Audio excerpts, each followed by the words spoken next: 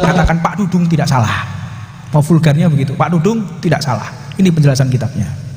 Jadi kalau orang mau melaporkan Pak Dudung, ayo kita debat dulu secara kitab tauhid. Ayo, Tuhan kita memang bukan orang Arab. Nah, Tuhan kita juga bukan orang Cina. Tuhan kita bukan orang. Paham ya? Tuhan kita bukan juga malaikat. Dan malaikat itu bukan laki-laki dan perempuan. Tuhan kita juga bukan jin. Termasuk penjelasan laqad ja'akum rasulun min anfusikum. Laqad ja'akum rasulun min anfusikum.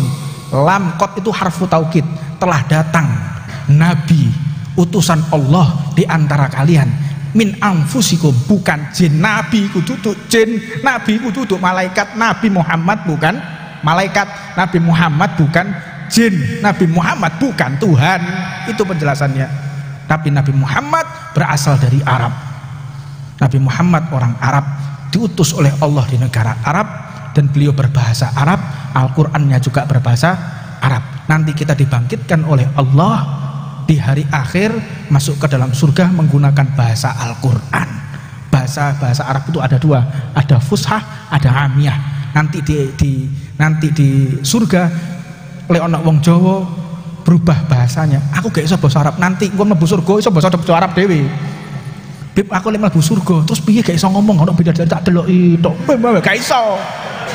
Wis dikei pemahaman dhewe mbok Allah taala, ngono lho. Wis gak usah bingung. Ya, yang terpenting sekarang ini kita jaga adab, jaga etika, jaga akhlak, dan bagaimana caranya semua orang ini rukun. Jangan sampai ada pertikaian, jangan sampai ada perseteruan, ojo sampai ono wong tukaran. Naudzubillah min dalik. Bagaimana caranya rukun antar ulama, rukun antar habaib, rukun antar kiai, rukun antar tentara, rukun antar polisi, itu sampai ono sing tukaran. Anda gunakan ilmu Anda, gunakan majelis Anda, gunakan energi Anda untuk menyatukan umat Nabi Muhammad. Jangan sampai ada perpecahan. Apalagi sesama umat Rasulullah sama-sama mengucapkan asyhadu an la ilaha illallah wa asyhadu anna Muhammadan Rasulullah. Padha wong Islami. Malu kita dilihat orang yang non muslim di luar sana. Malu kita. Delok wong Islam tukaran isin, malu kita. Subhanallah.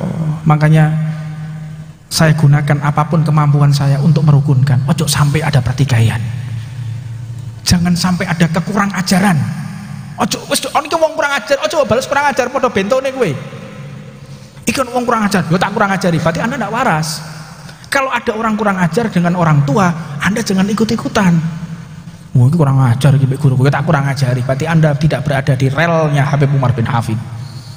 Habib Umar bin Hafid, guru kita, guru besar kita, tidak pernah Habib Abu Bakar Al-Adni, Habib Zain bin Semit, Habib Salim Asy-Syatiri, dan semua para habaib, para kiai-kiai kita, Mbah Hasyim Asy'ari, Mbah Wahab Hasbullah, Mbah Bisri Samsuri, semuanya, Mbah Ahmad Dahlan di Muhammadiyahnya, menghindari perpecahan apapun, menghindari perseteruan apapun. Kalau ada perbedaan, kita omongkan yang enak. Kalau ada perbedaan masalah nilai-nilai ibadah, silahkan Anda diskusikan secara tertutup. Kalau memang dikatakan Pak Dudung itu adalah menghina Tuhan kita bukan Arab, nah, ini jawabannya. Yang harus dilaporkan polisi yang mengatakan orang tua Nabi kafir masuk neraka, itu laporkan. Kenapa Anda diam saja? Orang tua Nabi kafir masuk neraka, kenapa Anda diam saja? Mengkafirkan orang tua Nabi Anda biarkan. Kafir wong tuane Nabi, mlebu neraka, kok Anda diam? Aneh. Kalau orang yang mengatakan orang tua Nabi kafir masuk neraka Anda laporkan juga, saya berbesar hati. Oh, berarti masuk akal. Ini termasuk orang yang menista agama. Itu laporkan itu. Yang mengkafir-kafirkan orang tua Nabi itu, yang mengkafir-kafirkan para habaib, para wali. Sayyid Muhammad bin Ali Al-Maliki dikatakan pembawa bid'ah. Hah? Dikatakan Abuya, dikatakan pembawa bid'ah. Sesat, pembawa kesesatan. Kenapa nggak Anda laporkan? Menyesatkan orang loh ini, mengkafir-kafirkan orang loh. Kenapa Anda diam saja? Kok nggak Anda laporkan? Hah? Aneh tidak? Aneh. Nah, Anda harus cerdas jadi orang. Kalau ilmu itu digunakan, Ilmu itu digunakan untuk menenteramkan umat, jadi teduh, Pak, enak, guyu. Dan ciri khas ya, ciri khas majelisnya aulia Allah, ciri khas majelisnya para habaib, para kiai, kalau Anda duduk bersamanya, Anda jadi tidak punya musuh. Anda punya musuh di luar, Anda masuk majelis ini, jadi gak duwe musuh. Alhamdulillah gak duwe musuh aku saiki. Wingi tukaran mbek tanggoku, saiki gak tukaran. Wingi tukaran mbek wong tuaku, saiki gak tukaran. Dulu saya benci dengan orang tua saya, sekarang saya tidak benci. Dulu saya benci dengan tetangga saya, sekarang saya nggak benci. Itu ciri khasnya majelis peninggalan Nabi Muhammad SAW. Anda masuk majelis ini jadi punya musuh apa enggak? Anda jadi membenci orang lain apa tidak? Enggak. Berarti Anda tepat berada di majelisnya Rasulullah SAW. Tapi kalau Anda masuk di majelis, pertama nih gak duwe musuh, mulai belajar. Berarti wong tuaku iki syirik iki. Wong tuane dikafirno, Pak. Wong tuane disirikno. Wong tuaku iki ana mitoni. Jajan sepasar. Ana tahlilan 1 minggu 40 hari. Iki dalile apa iki? Berarti wong tuaku iki syirik bid'ah iki. Wong tuane dilawan, majelis apa iki? Anda masuklah, duduklah di majelis-majelis yang membawa keteduhan. Udah perbedaan, sudah perbedaan, hormati perbedaan orang lain. Sebagaimana 4 madhab para a'immah. Mereka berbeda pendapat, tapi mereka saling menghormati. Bukan orang yang beda dengan kita dijadikan musuh. Anda tahu ceritanya Imam Syafi'i ketika beliau sholat di masjid Imam Ahmad. Imam Ahmad itu mengatakan kunut itu tidak wajib. Kunut itu dikatakan bid'ah. Tidak boleh orang baca kunut subuh. Kebetulan Imam Syafi'i masuk ke dalam masjidnya Imam Ahmad, dipaksa untuk ngimami sholat subuh. Maka Imam Syafi'i tidak menggunakan kunut. Murid-muridnya pada bingung semua. Wahai Imam, apakah engkau berubah fatwamu? Apakah ilmumu sudah berubah?